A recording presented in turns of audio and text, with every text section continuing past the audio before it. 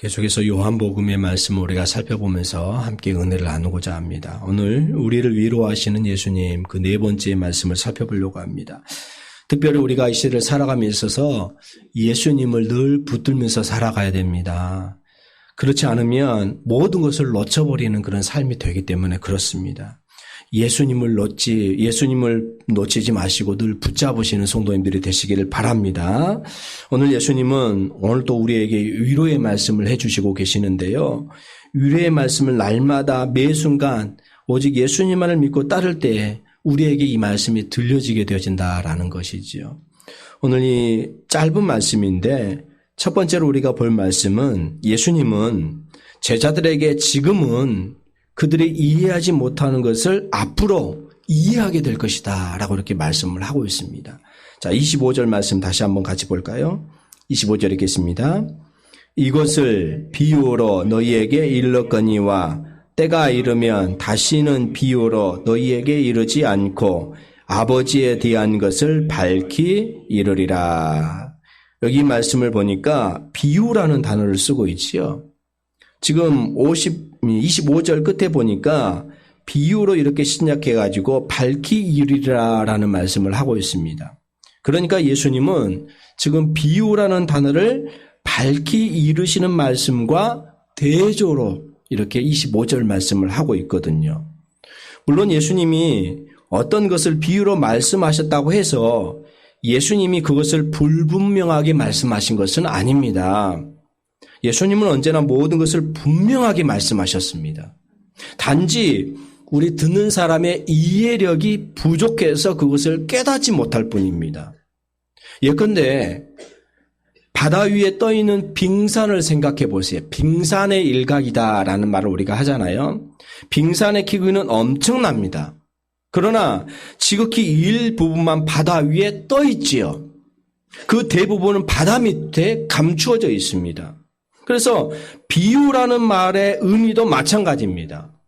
그 의미는 매우 큽니다. 그렇지만 인간의 능력이 부족하기 때문에 그 일부분만 보게 되어진다는 거죠. 그러니까 깨달아 알 수 없다라는 거지요. 예수님이 비유로 말씀하신 경우를 몇 가지로 제가 살펴보면 요한복음 2장 19절에 보니까 예수께서 대답하여 이르시되 너희가 이 성전을 헐라 내가 사흘 만에 일으키리라 라는 말씀을 하셨거든요. 예수님이 이 말씀을 하실 당시에 제자들은 그 의미를 분명하게 깨닫지 못했습니다. 하물며 예수님을 믿지 않는 유대인들이야 말할 필요가 없겠지요. 그들은 예수님의 말씀을 전혀 이해할 수가 없었습니다. 그래서 그들은 예수님의 의도와는 전혀 다르게 예수님에게 이렇게 물었지요. 유대인들이 이르되 이 성전은 46년 동안의 지역권을 내가 3일 동안에 일으키겠느냐 하니라 이렇게 물어봅니다. 어떻게 3일 동안에 이 성전을 일으키겠느냐는 거예요. 예수님이 이렇게 비유로 하신 말씀의 뜻은 뭡니까? 나중에 가서야 분명하게 알려지죠. 요한복음 2장 21절에서 22절에 보니까 그러나 예수는 성전된 자기 육체를 가리켜 말씀하신 것이라 죽은 자 가운데서 살아나신 후에야 제자들이 이 말씀하신 것을 기억하고 성경과 예수께서 하신 말씀을 믿었더라 이렇게 말씀을 하고 있습니다. 또 예수님이 비유로 말씀하신 또 다른 예를 우리가 살펴보면 요한복음 6장 48절에 이런 말씀을 하셨어요. 내가 곧 생명의 떡이로라. 예수님은 자신을 가리켜서 생명의 떡이다 이렇게 말씀하셨거든요. 그러면서 곧이어 이렇게 말씀하십니다. 요한복음 6장 51절에 나는 하늘에서 내려온 살아있는 떡이니 사람이 이 떡을 먹으면 영생하리라. 내가 줄 떡은 곧 세상의 생명을 위한 내 살이니라 하시니라 이렇게 말씀을 하셨다는 거지요. 예수님의 말씀을 들은 유대인들이 노골적으로 지금 대놓고 부정적인 반응을 보입니다. 이 생명의 떡이라는 말씀을 보면서 요한복음 6장 52절에 그러므로 유대인들이 서로 다투어 이르되 이 사람이 어찌 등이 자기 살을 우리에게 주고 먹게 하겠느냐 이렇게 말씀을 하셨다는 거예요. 예수님의 말씀을 유대인들만 이해하지 못한 것은 아니었습니다. 그 당시에 제자들도 이 예수님의 말씀을 이해하지 못했어요. 요한복음 6장 60절에 보니까 제자 중 여럿이 듣고 말하되 이 말씀은 어렵도다. 누가 들을 수 있겠느냐 한데 이렇게 말씀하고 있다는 거예요. 그 당시에 제자들에게도 참으로 어려운 말씀이었습니다. 예수님이 이처럼 비유로 말씀하신 경우를 마지막으로 한 가지 예를 더 들어서 살펴보려고 하는데요. 자, 요한복음 8장 한번 찾아보실까요? 요한복음 8장 56절 한번 보시겠습니다. 요한복음 8장 56절부터 58절 한번 같이 읽어요. 너희 조상 아브라함은 나의 때 볼 것을 즐거워하다가 보고 기뻐하였느니라. 유대인들이 이르되 내가 아직 50세도 못 되었는데 아브라함을 보았느냐? 예수께서 이르시되 진실로 진실로 너희에게 이르노니 아브라함이 나기 전부터 내가 있느니라 하시니. 여기 보니까요. 그러면서 이제 그들이 뭐라고 말합니까? 59절에 그들이 돌을 들어 치려 하거늘 이렇게 말씀하시면서 성전에서 예수님께서 나가십니다. 여러분 지금 예수님이 비유로 말씀하신 것들을 쉽게 우리는 이해할 수 있지요. 성경을 통해서 많은 것들을 우리에게 알려주고 있기 때문에. 그런데 왜 예수님의 제자들은 그것들을 밝히 이해하지 못했을까요? 예수님의 말씀이 불분명했기 때문에 그렇습니까? 아니지요. 자, 요한복음 16장 한번 가보실까요? 오늘 본문 위에 16장 12절 한번 보시겠습니다. 요한복음 16장 12절 13절입니다. 읽겠습니다. 내가 아직도 너희에게 이를 것이 많으나 지금은 너희가 감당하지 못하리라. 그러나 진리의 성령이 오시면 그가 너희를 모든 진리 가운데로 인도하시리니 그가 스스로 말하지 않고 오직 들은 것을 말하며 장래일을 너희에게 알리시리라. 그렇습니다. 그 당시에 제자들은 아직 진리의 영이신 성령님이 강림하시지 않았기 때문에 그렇습니다. 그래서 그들은 당시로서는 예수님의 말씀이 진리인데 빙산의 일각으로만 알고 그 위의 것만 알고 그 밑에 것은 깨닫지 못했더라라는 거지요. 오늘 본문의 말씀 다시 한번 보실까요? 자, 25절 다시 한번 같이 읽겠습니다. 이것을 비유로 너희에게 일렀거니와 때가 이르면 다시는 비유로 너희에게 이르지 않고 아버지에 대한 것을 밝히 이르리라. 25절에 또 다른 것을 보니까 이것이라는 지시대명사로 시작하고 있지요. 예수님이 지금 제자들에게 비유로 이룬 것은 이것이 구체적으로 무엇을 나타나고 있느냐. 25절 마지막 부분인 거예요. 때가 이르면 다시 비유로 너희에게 이르지 않고 아버지에 대한 것을 밝히 이르리라 라는 거예요. 그러니까 이것이 뭐냐면요. 제자들에게 비유로 말씀하신 바로 아버지에 대한 것이에요. 아버지에 대한 것. 사실 당시의 제자들은 예수님이 지금 아버지에게 와서 조금 있으면 지난주에 우리가 살펴봤는데 조금 있으면 아버지에게로 간다라는 말씀을 제대로 이해가 되지 않았잖아요. 잘 몰랐습니다. 그래서 그 제자들은 어떻게 말합니까? 예수님에게 물어볼 용기가 없어가지고 서로 자기들끼리 이렇게 지금 서로 서근서근하면서 물어보고 있는 그런 상황 아니었습니까? 그런데 예수님이 오늘 본문에서 때가 이르면 이렇게 말하고 있습니다. 때가 이르면. 그러니까 아버지에 대한 것을 더 이상 이제는 비유로 말씀하지 않고 밝히 직접 알게 되어진다라는 말씀이에요. 그래서 예수님은 제자들에게 지금 놀라운 약속을 하고 있는 거예요. 그러면 때가 이르면 이라는 말씀, 과연 언제일까요? 언제가 때가 이르면 이라는 말씀일까요? 우리가 지금까지 계속해서 살펴본 대로 그때는 제자들에게 진리의 영이신 성령님이 오실 때인 거예요. 자, 요한복음 14장 26절 한번 보실까요? 14장 26절 읽겠습니다. 보혜사 곧 아버지께서 내 이름으로 보내실 성령 그가 너희에게 모든 것을 가르치고 내가 너희에게 말한 모든 것을 생각나게 하리라. 예수님의 약속은 그대로 이루어졌잖아요. 예수님이 지금 부활하셔서 승천하시고 난 이후에 10일이 지났을 때에 제자들은 오순절을 만지하게 되어집니다. 그날 그들은 성령님의 충만함을 받게 되어집니다. 사도행전 1장, 2장에 나타나고 있는 그런 사건들이죠. 그러다 그들은 예수님이 말씀하신 모든 것들을 밝게 깨달아 알게 되어집니다. 이제 더 이상 예수님의 말씀은 그들에게 비유로 남지 않죠. 예수님의 영이신 성령님이 그들에게 모든 것을 밝히 말씀해 주시기 때문에 그렇습니다. 그 결과 그들은 예수님이 아버지에게 오셨고 아버지에게라 다시 돌아갔던 사실을 분명하게 알게 되어졌다는 거지요. 성경대로 이렇게 이루어졌잖아요. 여러분, 우리가 신약 성경에 있는 바울 서신이나 또 베드로 서신이나 야고보나 요한 서신들을 읽어보면 이들은 하나님 아버지와 그 아들 예수 그리스도의 관계를 분명하게 깨닫고 있다는 사실을 알게 되어집니다.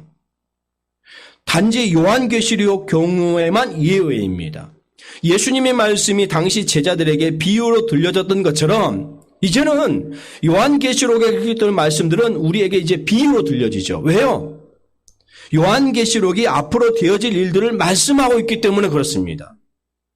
그런데 요한계시록을 제외한 모든 서신서들은 예수님이 말씀하신 모든 비유들을 우리에게 밝히 이르기 위해서 기록되어졌다는 것이지요.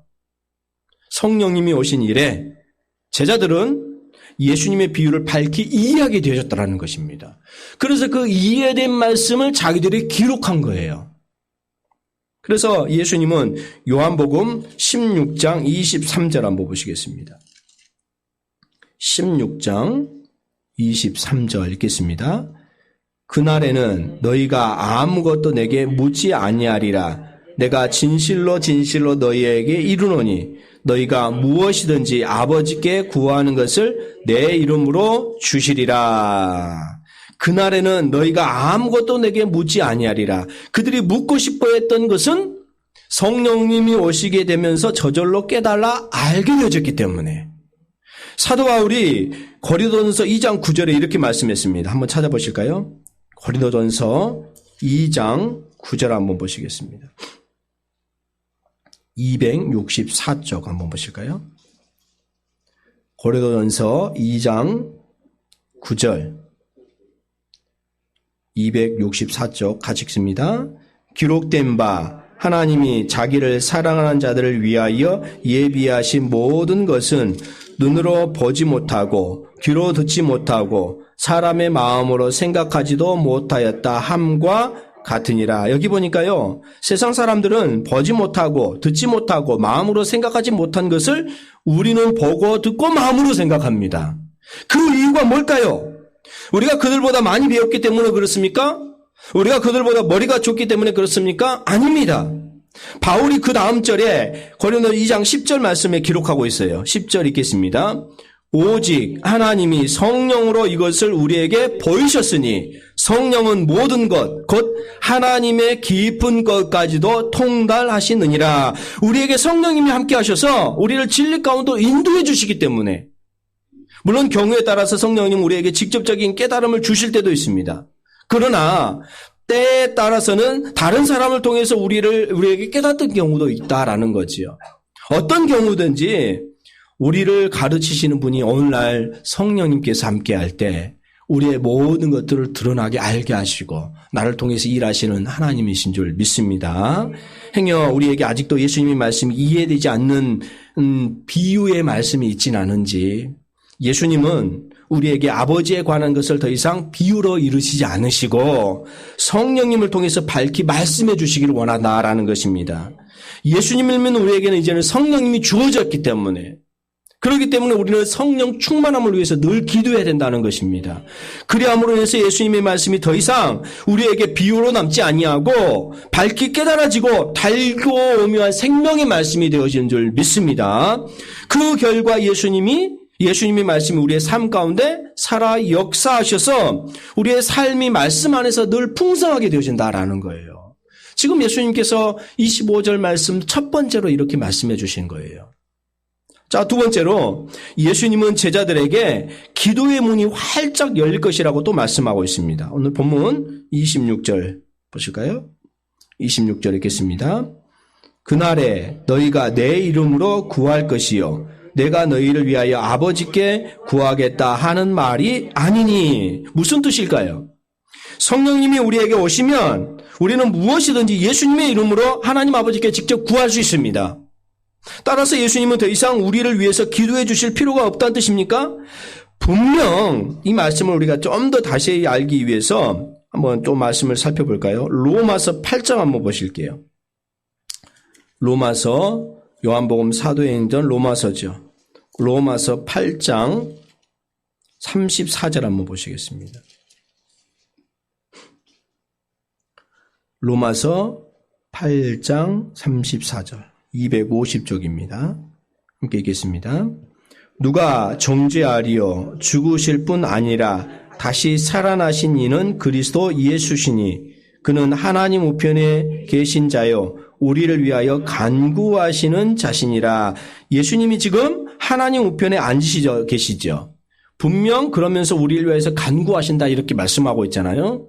예수님이 우리를 위해서 더 이상 기도하실 필요가 없다는 뜻으로 오늘 본문의 말씀을 하신 것이 아니에요. 예수님은 오늘 본문의 말씀을 통해서 뭘 말씀하고 계시냐면요. 예수님에게 속한 우리는 기도의 문이 활짝 열렸다라는 사실을 말씀하고 있는 것입니다. 본문 26절의 뜻을 밝히기 위해서 지금 본문을 두 부분으로 제가 나누어 볼 거예요. 26절을 보니까 먼저 26절 상반절의 말씀인데 그날에 너희가 내 이름으로 구할 것이요 이 말씀인데요. 성령님이 오시면 제자들은 예수님의 이름으로 하나님께 직접 그리고 즉시 나가서 구할 수 있습니다. 계속해서 제가 지금 말씀을 하고 있어요.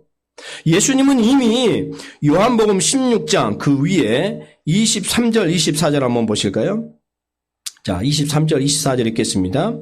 그날에는 너희가 아무것도 내게 묻지 아니하리라. 내가 진실로 진실로 너희에게 이르노니 너희가 무엇이든지 아버지께 구한 것을 내 이름으로 주시리라.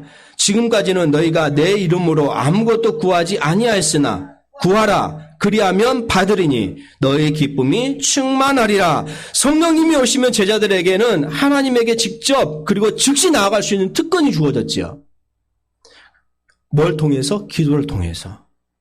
물론 제자들은 기도할 때 예수님의 이름으로 기도해야 됩니다. 그러면 하나님은 다 들어주십니다.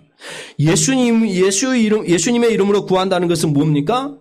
우리가 야고보서에도 이런 말씀을 하고 있어요. 예수님의 이름으로 구한다는 뜻은 자신의 정욕을 위해서 아무 것이나 구하러 들지 말라는 것입니다. 예수님이 원하는 것을 구하라라는 뜻입니다. 우리가 기도할 때 이런 마음으로 구하라는 거예요. 하나님 아버지, 지금 제가 하나님 앞에 감히 나오게 된 것은 예수님이 저를 이곳으로 보내셨기 때문에 그렇습니다. 제가 이것을 하나님 아버지께 간구한 것은 바로 하나님 아버지의 독생자이신 예수 그리스도를 위해서입니다. 이런 마음 자세로 기도하면 자연히 우리의 기도는 예수님의 뜻과 일치가 되어진다는 거예요. 그러면 하나님은 우리가 예수님의 이름으로 구하는 것을 다 들어주신다는 거지요. 하나님은 독생자 예수 그리스도를 무한히 사랑하시기 때문에 예를 제가 들어보면요. 어떤 자녀분의 아들이 군에 있다고 가정을 해보시게요. 그러면서 군에 있는 아들의 친구가 휴가를 나왔습니다. 그 친구가 아들의 부탁을 받고서 우리를 찾아옵니다. 아버지를 찾아옵니다. 부모님을 찾아옵니다. 그는 그러면서 그 친구가 저에게 부탁한 것이 있습니다. 필요한 것이 있습니다. 그러면서 그 부모님에게 이런 필요한 것들을 다 구하였지요. 달라고 그렇게 말합니다. 우리는 그것이 옳고 좋은 것이라면 우리는 아들의 친구가 구하는 대로 즉시 구해가지고 군에 있는 그 아들에게 전해주라고 이렇게 줄 것입니다. 그렇게 하는 것이 사랑하는 아들을 위한 것이 되기 때문에 그렇지요. 마찬가지입니다. 지금 하나님은 벌써 우리의 기도를 응답하십니다. 그런데 우리가 예수님에게 보내심을 받았다는 사실을 하나님이 아시면 하나님은 더욱더 우리의 기도를 지체하지 않고 응답해 주신다는 거지요. 하나님은 독생자 예수 그리스도를 무한하신 사랑으로 사랑하시기 때문에 우리는 예수님에게 속해 있잖아요. 우리는 예수 그리스도를 믿음으로 말미암아 하나님의 자녀가 되어졌잖아요. 따라서 우리는 기도를 통해서 하나님 아버지께 직접적으로 또한 즉시 나아갈 수 있습니다. 하나님과 우리 사이에 언제나 기도로서 연결되어져 있기 때문에 우리에게는 언제나 이 기도의 문이 활짝 열려 있습니다. 진실로 우리에게 주어진 놀라운 축복이고 특권이기 때문에 그렇지요. 이러한 사실을 염두에 두면서 이제 26절 하반절의 말씀을 보니까 이렇게 말하고 있잖아요. 내가 너희를 위하여 아버지께 구하겠다 하는 말이 아니니. 이 말씀은요, 예수님이 우리를 위하여 전혀 기도하시지 않는다는 뜻이 아닙니다. 예수님이 지금 이런 뜻으로 해석하신 거예요. 제가 다시 한번 말씀을 드리면, 너희는 내 도움이 없이도 얼마든지 하나님 아버지께로 직접 나아갈 수가 있다. 하나님 아버지에게 가서 내 이름으로 너희가 원하는 것은 무엇이든지 구하라. 그러면 하나님 아버지는 나를 사랑하시기 때문에 내게 속한 너희들이 내 이름으로 구하는 것은 무엇이든지 그대로 들어주실 것이다. 그렇습니다. 지금 예수님에게 속한 우리들이 하나님 아버지께로 나아간다면 하나님 아버지는 그 사랑을 아시고 기뻐하시는 독생자 예수님을 받듯이 우리도 그대로 받아주신다라는 말씀이에요.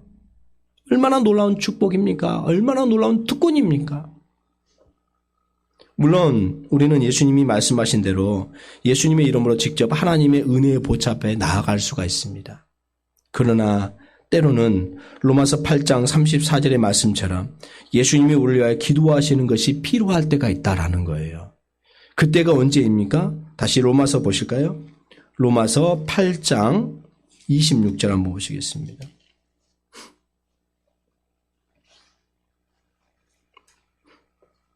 로마서 8장 26절 신약 250쪽입니다. 함께 읽겠습니다. 이와 같이 성령도 우리의 연약함을 도우시나니 우리는 마땅히 기도할 바를 알지 못하나 오직 성령이 말할 수 없는 탄식으로 우리를 위하여 친히 간구하시느니라. 그렇습니다. 우리가 마땅히 빌 바를 알지 못할 때 예수님의 영이신 성령님은 우리를 위해서 기도해 주신다라는 거예요. 따라서 우리는 무엇을 어떻게 기도할지 몰라서 막막할 때가 있잖아요. 우리가 그만큼 연약하기 때문에 그렇습니다. 그러나 바로 그러한 때 예수님이 우리를 기도해 주신다는 사실을 생각하면 얼마나 너무너무 감격스러운 일이잖아요. 이처럼 예수님은 우리가 생각하지 못하는 것들조차도 우리를 위해서 다 돌보시는 분이시다라는 거예요. 그뿐 아닙니다.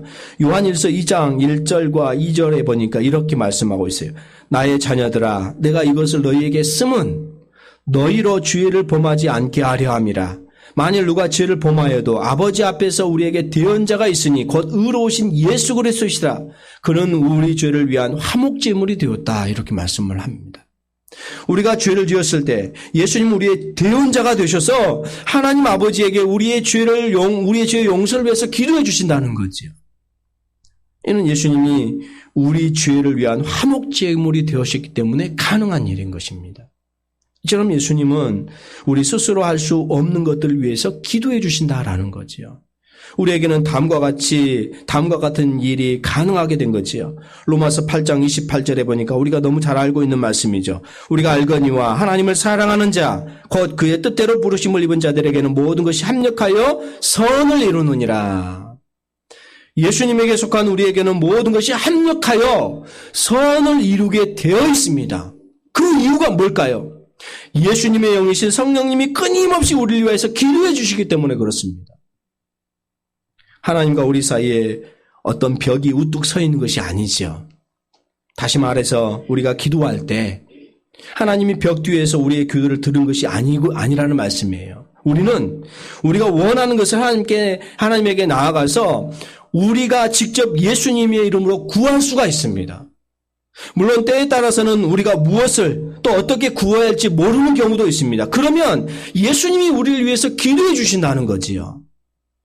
또한 우리가 죄를 지었을 때 예수님은 우리의 죄를 용서함을 위한 중보기도를 하나님께 해주신다는 거예요. 정말 예수님은 놀라운 구세주 아니십니까? 도울 힘이 없는 인생을 의지하지 마시고 언제나 참된 위로자가 되시는 예수님만을 힘있게 의지하시는 귀한 성도님들이 다 되시기를 주님의 이름으로 축원합니다. 세 번째로 얻는 말씀 이제 27절 말씀 보실까요? 예수님은 제자들에게 이제 하나님이 친히 그들을 사랑하신다라고 이렇게 말씀하고 있습니다. 자, 27절 함께 읽겠습니다. 이는 너희가 나를 사랑하고 또 내가 하나님께로부터 온 줄 믿었으므로 아버지께서 친히 너희를 사랑하심이라. 우리가 하나님께 나아갈 때 하나님이 우리를 받아시는 이유가 뭡니까? 내가 잘나서 그렇습니까? 우리에게 그럴 만한 자격이기 때문에 그렇습니까? 아닙니다. 그 대답이 오늘 27절 마지막 부분인 거예요. 아버지께서 친히 너희를 사랑하심이라. 하나님이 친히 우리를 사랑하시기 때문에 우리를 받아주시는 거예요. 우리가 하나님의 사랑을 표현할 때 하나님의 희생적인 사랑을 뜻하기 위해서 보통은 아가페 이렇게 말하거든요. 아가페라는 헬라어 단어를 사용합니다. 그래서 아가페적 사랑 이렇게 말하거든요. 그런데 오늘 본문에서 예수님이 흔히 사용되어 있는 아가페라는 단어를 사용하지 않으셨어요.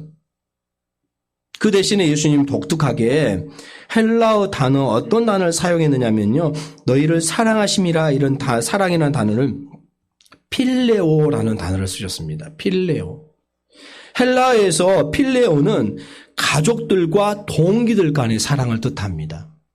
물론 하나님은 세상을 사랑하시죠. 그렇기 때문에 하나님은 그 애를 악인과 산인에게 비추게 하시고 비를 의로운 자와 불의한 자에게 내리게 하십니다. 그에 대한 사랑이죠. 그런데 예수님은 오늘 본문에서 하나님이 우리를 친히 사랑하실 때 아가페의 사랑이 아니라 필레오의 사랑으로 이렇게 쓰고 계시거든요. 필레오의 사랑으로 사랑하신다는 게 뭡니까? 예수님의 의도가 있습니다. 하나님은 우리를 마치 하나님의 가족처럼 따뜻하게 사랑하신다는 거예요. 애정 깊이 사랑해 주신다는 거예요. 하나님이 우리를 위해서 우리의 기도에 귀를 기울이시고 우리의 기도에 응답해 주시는 이유가 뭡니까? 하나님은 우리의 아버지시고 우리는 하나님의 자녀가 되어서 서로 사랑하는 한 가족이 되었기 때문에 그렇다라는 거죠. 자, 다시 로마서 8장으로 한번 가보실까요? 로마서 8장 15절 말씀 보실까요? 로마서 8장 15절 읽겠습니다. 너희는 다시 무소화하는 종의 영을 받지 아니하고 양자의 영을 받았으므로 우리가 아빠 아버지라고 부르짖느니라. 옛날에 이제 주인과 종의 관계가 되어졌을 때 종은 주인이 부르면 두려워합니다. 왜요? 일을 잘못했을까? 또 매맞은 일이 있을까? 하면서 걱정이 앞서기 때문에. 그런데 우리는 하나님 앞에 기도할 때 종처럼 떨면서 말하지 않습니다. 하나님, 제가 지금 하나님 면前나왔습니다. 매를 들지 마십시오. 제가 말씀드린 것을 다 들으시기까지 좀 기다려 주십시오. 이렇게 말하지 않습니다. 우리는 어떻게 기도합니까? 지금 로마서 8장 15절 말씀을 보니까 아빠, 아버지라고 부르신다 이렇게 말하고 있지요. 여기 사용돼 쓰는 아빠라는 단어가 우리나라의 말과 좀 비슷한 아람어를 그대로 음역한 것입니다. 우리말에 아빠와 같이 아버지를 부를 때 좀 친근하잖아요. 우리는 하나님 앞에 나올 때 종이 상전 앞에 서는 것처럼 두려워하지 않는다는 거예요. 우리는 하나님을 아빠, 아버지라고 부르면 하나님 앞에 기쁨으로 나오기 때문에 그리고는 하나님 앞에서 우리는 우리의 심정을 다 아무런 거리낌 없이 그대로 털어놓을 수가 있잖아요. 그렇잖아요. 우리가 아빠에게 말할 때, 엄마에게 말할 때 이런 여러 가지 필요한 것들을 말할 때 어때요? 두려워하라 떨면서 그런 것이 아니라 필요한 것을 그냥 달라고 하잖아요. 하나님은 회초를 들고서 우리의 뒤를 쫓아다니시는 분이 아닙니다. 이것을 하면 안 돼. 저것도 하면 안 돼. 말을 안 들으면 안 돼. 이렇게 하지 않으신다는 거지요. 많은 사람들은 하나님을 그렇게 생각할 수 있습니다. 그래서 잘못을 저지를 때마다 스스로 자학하면서 괴로워하는 분들이 계십니다. 그런데 하나님은 우리에게 그런 분이 아니신 거예요. 하나님은 우리의 아버지이십니다. 우리는 하나님이 친히 사랑하신 하나님의 자녀들입니다. 그래서 우리가 예수 그리스도에게 속한 사람이면 하나님은 우리를 사랑하시고 기뻐하신다는 거예요. 하나님은 우리를 좋아하십니다. 따라서 비록 우리가 성실하지 못하고 당자처럼 아버지를 떠난 삶을 살고 있다 해도 하나님은 변함없이 우리를 사랑하신다는 거예요. 우리는 하나님의 자녀이기 때문에. 그러면 우리가 이와 같이 하나님의 독특하신 사랑, 곧 아버지가 자녀를 사랑하는 것 같은 사랑을 받을 수 있는 길이 뭘까요? 자, 27절 다시 한번 볼까요? 요한복음 16장 27절 다시 한번 읽습니다. 이는 너희가 나를 사랑하고 또 내가 하나님께로부터 온 줄 믿었으므로 아버지께서 친히 너희를 사랑하심이라. 여기에 두 가지 말씀을 하고 있지요. 첫 번째로 우리가 예수님을 사랑해야 된다라는 것입니다. 두 번째로는 예수님이 하나님께로부터 온 줄을 믿어야 된다는 거예요.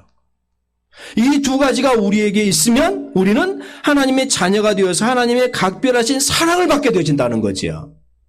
먼저 우리는 예수님을 사랑해야 한다 이렇게 말씀하고 있습니다. 그러니까 우리가 예수님을 사랑한다는 사실을 어떻게 보여드릴 수 있을까요? 자, 21절 한번 보실까요? 16장 21절 읽겠습니다. 16장 21절이 아니라 14장 21절 한번 보시겠습니다. 14장 21절 요한복음 14장 21절 읽겠습니다. 나의 계명을 지키는 자라야 나를 사랑하는 자니 나를 사랑하는 자는 내 아버지께 사랑을 받을 것이요 나도 그를 사랑하여 그에게 나를 나타내리라. 나의 계명을 지키는 자라야 나를 사랑하는 자다 이렇게 말씀하고 있죠. 자, 그 다음에 예수님께서 요한복음 14장 23절도 다시 한번 말씀을 하고 있습니다. 23절 읽겠습니다. 예수께서 대답하여 이르시되 사람이 나를 사랑하면 내 말을 지키리니 내 아버지께서 그를 사랑하실 것이요 우리가 그에게 가서 거처를 그와 함께 하리라. 우리는 예수님의 말씀을 순종함으로 인해서 예수님에게서 우리의 사랑을 보여드릴 수가 있는 거지요. 우리가 예수님의 말씀을 지킴으로 인해서 예수님을 사랑하시는 것이 보여지면 예수님도 우리를 사랑하시고 하나님도 우리를 사랑하신다는 거죠. 하나님과 예수님과 우리는 서로 사랑 안에서 한 가족이 되기 때문에 그런 거죠. 아울러서 우리가 하나님의 사랑을 받기 위해서는 예수님이 두 번째로 27절 말씀에 예수님이 하나님께로부터 오신 줄을 믿어야 된다 이렇게 말씀을 하고 있죠. 왜 예수님이 하나님께로부터 이 땅에 오셨습니까? 그 목적이 뭡니까? 로마서 5장 8절 한번 보실까요? 로마서 5장 8절 로마서 5장 8절 사도 바울이 이렇게 기록하고 있습니다. 함께 읽습니다. 우리가 아직 죄인 되었을 때에 그리스도께서 우리를 위해 죽으심으로 하나님께서 우리에 대한 자기의 사랑을 확증하셨느니라. 예수님이 우리를 위해서 십자가에 죽으시려고 이 세상에 오셨다는 거죠. 우리는 예수님이 하나님께로부터 오셔서 우리를 위해 십자가에 달려 죽으셨다는 사실을 믿어야 된다는 것입니다. 이것이 바로 우리를 향하신 하나님의 사랑이기 때문에. 생각해 보십시오. 천사들이 타락했을 때 하나님이 그들에게 누구를 보내셔서 그들을 구원해 주셨습니까? 누구를 보내시지 않았어요. 천사들이 타락했을 때는. 그것으로 끝나버렸습니다. 그런데 우리 인간이 타락했을 때는 달랐지요. 하나님이 우리를 구원하시기 위해서 독생자 예수 그리스도를 보내주셨습니다. 그리고는 우리를 위해서 독생자 예수 그리스도 십자가에 못 박으셨습니다. 그만큼 하나님이 우리를 사랑하시기 때문에 하나님에게는요, 우리는 천사보다 훨씬 더 귀하고 소중한 존재인 거죠. 이처럼 하나님은 우리에게 대한 사랑을 독생자 예수 그리스도의 십자가로 확증하셨다라는 것입니다. 사랑하는 우리 성도 여러분, 우리가 하나님의 사랑을 받기 위해서 필요한 것이 뭡니까? 예수님이 지금 27절 말씀에 두 가지를 말씀하고 있어요. 먼저 우리가 하나님이 보내신 독생자 예수님을 사랑하는 것, 그리고 예수님이 하나님께로부터 오셔서 우리 죄를 위하여서 십자가에 달려 돌아가셨다는 것을 믿는 것, 이것이 전부인 거예요. 그러면 우리는 전능하신 하나님, 온 우주 만물에 주이신 하나님의 사랑을 받아 누리게 되어진다라는 거지요. 오늘 예수님은 세 가지 말씀으로 지금 위로하고 계시거든요. 첫 번째로 예수님은 제자들에게 지금 그들이 이해하지 못하는 것을 앞으로는 이해하게 될 것이다. 25절 말씀이잖아요. 혹시 예수님의 말씀이 아직도 잘 이해가 되지 않습니까? 비유처럼 들려지시고 계십니까? 그렇다면 예수님을 사랑함으로 더욱더 힘써서 예수님의 말씀을 듣고 위로받고 힘을 얻으시는 귀한 성도님들이 되시기를 바랍니다. 그럴 때 예수님의 영이신 성령님이 우리를 진리 가운데로 이끌어 주시는 거예요. 우리로 하여금 예수님의 말씀이 밝히 이해되게 한다라는 말씀입니다. 두 번째로 예수님은 제자들에게 기도의 문이 활짝 열릴 것이라고 말씀을 하고 있습니다. 26절 말씀. 혹시 우리 힘으로 해결할 수 없는 어려운 문제가 있으십니까? 우리는 전능하신 하나님에게 나아가 무엇이든지 예수님의 이름으로 구하면 되는 거예요. 하나님과 우리 사이에 아무런 벽이 없습니다. 그렇기 때문에 우리는 예수님의 이름으로 우리의 어떠한 문제라도 하나님께 아뢰을 수 있다라는 거지요. 무엇을 어떻게 기도할지 모르십니까? 예수님을 힘있게 의지할 때 예수님의 영이신 성령님께서 우리를 위해서 간구해 주신다라는 거지요. 죄를 짓고 죄책감 때문에 또 괴로워하십니까? 그럴수록 우리가 더 힘있게 예수님을 의지해야 된다라는 것입니다.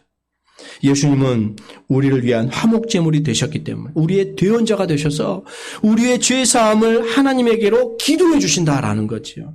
그리고 우리에게는 죄사함의 은총을 허락해 주신다라는 것이죠. 세 번째로 오늘 27절 말씀해 보니까 예수님은 제자들에게 하나님이 친히 그들을 사랑하신다 이렇게 말씀해 주시고 계신다는 거예요. 예수님을 사랑하고 또 예수님이 하나님께로부터 오신 줄을 믿고 나아가시는 성도님들이 되시기를 바랍니다. 그러면 설령 이 세상 사람들이 다 우리를 버릴지라도 우리는 외롭지 않은 거예요. 왜요? 하나님이 우리를 친히 사랑하시기 때문에. 오늘 예수님은요, 오늘 또 이 같은 말씀으로 계속해서 말씀해 주시고 계시거든요. 지금 요한복음 14장 말씀부터 살펴보고 있는데 예수님이 지금 계시고 있는 위치, 그 상황이 어떤 상황이에요? 예수님이 달려 돌아가시기 전날 밤 제자들과 계속해서 지금 말씀을 하고 있는 거예요. 제자들에게 계속해서 위로의 말씀을 해주시고 계시는 거예요. 우리가 예수님을 붙잡으면 다 붙잡는 거죠. 제자들도 마찬가지예요. 제자들이 지금 예수님 앞에 계속해서 붙들고 또 말씀으로 살아가라 이렇게 말씀하고 있잖아요. 예수님을 붙들면 다 붙잡는 것입니다. 우리가 예수님을 놓쳐버리면 다 놓치는 것이 되고 마는 거예요. 날마다 우리를 위로하시는 예수님을 힘있게 의지함으로 말미암아서 복되게 승리로운 그런 삶으로 우리가 살아야 되지 않겠습니까?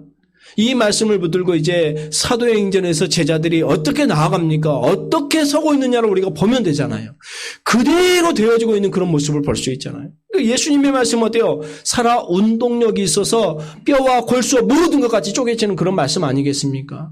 오늘을 살아가는 저와 여러분들, 이 시대적인 코로나 때문에 또 여러 상황들 때문에 우리에게 다가오는 많은 일들이 있습니다.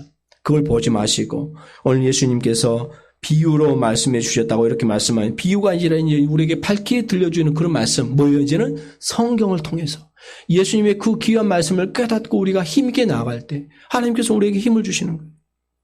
날마다 우리를 위로하시는 예수님, 우리와 함께 하시는 예수님, 그 예수님을 날마다 의지함으로 말미암아서 복되고 승리로운 삶을 살아가시기를 늘 힘쓰시는 귀한 성도님들이 다 되시기를 주님의 이름으로 축원합니다. 기도하시겠습니다. 좋으신 하나님, 능력의 하나님, 감사합니다.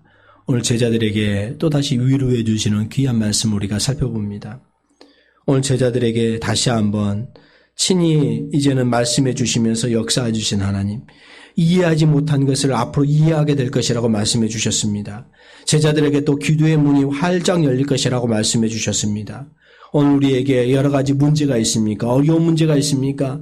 우리의 모든 문제들을 예수 그리스도 앞에 다 뉘어놓고 기도할 때 그 문제들이 다 해결되어질 줄 믿습니다. 예수님은 제자들에게 친히 그들을 사랑하신다고 말씀하고 있습니다. 우리는 예수님을 사랑하고 또 예수님이 하나님께로 오신 줄 믿고 우리 또한 하나님 앞에 온전히 설 수 있도록 인도하여 주시옵소서. 살아 역사해 주시고 인도해 주신 하나님, 우리 이름교회가 하나님의 뜻을 온전히 드러낼 수 있는 귀한 성도님들이 되게 해주시고 또 이 지역에서 말씀으로 예수 그리스도의 사랑이 증거되지는 그런 삶을 체험하면서 설 수 있도록 인도하여 주시옵소서. 코로나 때문에 또 이제 앞으로 새로운 대통령이 되어져서 이렇게 앞으로 운영해 나가는 그런 것들을 보면서 우리 믿음의 사람들이 더 기도하게 해주시고 살아 역사해 주신 하나님을 우리가 체험하면서 살아갈 수 있도록 인도하여 주시옵소서. 우리 성도님들의 건강 또한 지켜주시오며 예수 그리스도의 사랑만 온전히 늘어날 수 있는 우리 모든 가족들 우리의 삶이 될 수 있도록 주님 함께하여 주시옵소서. 모든 말씀을 감사를 드리오며 예수 그리스도의 이름으로 기도하옵나이다. 아멘.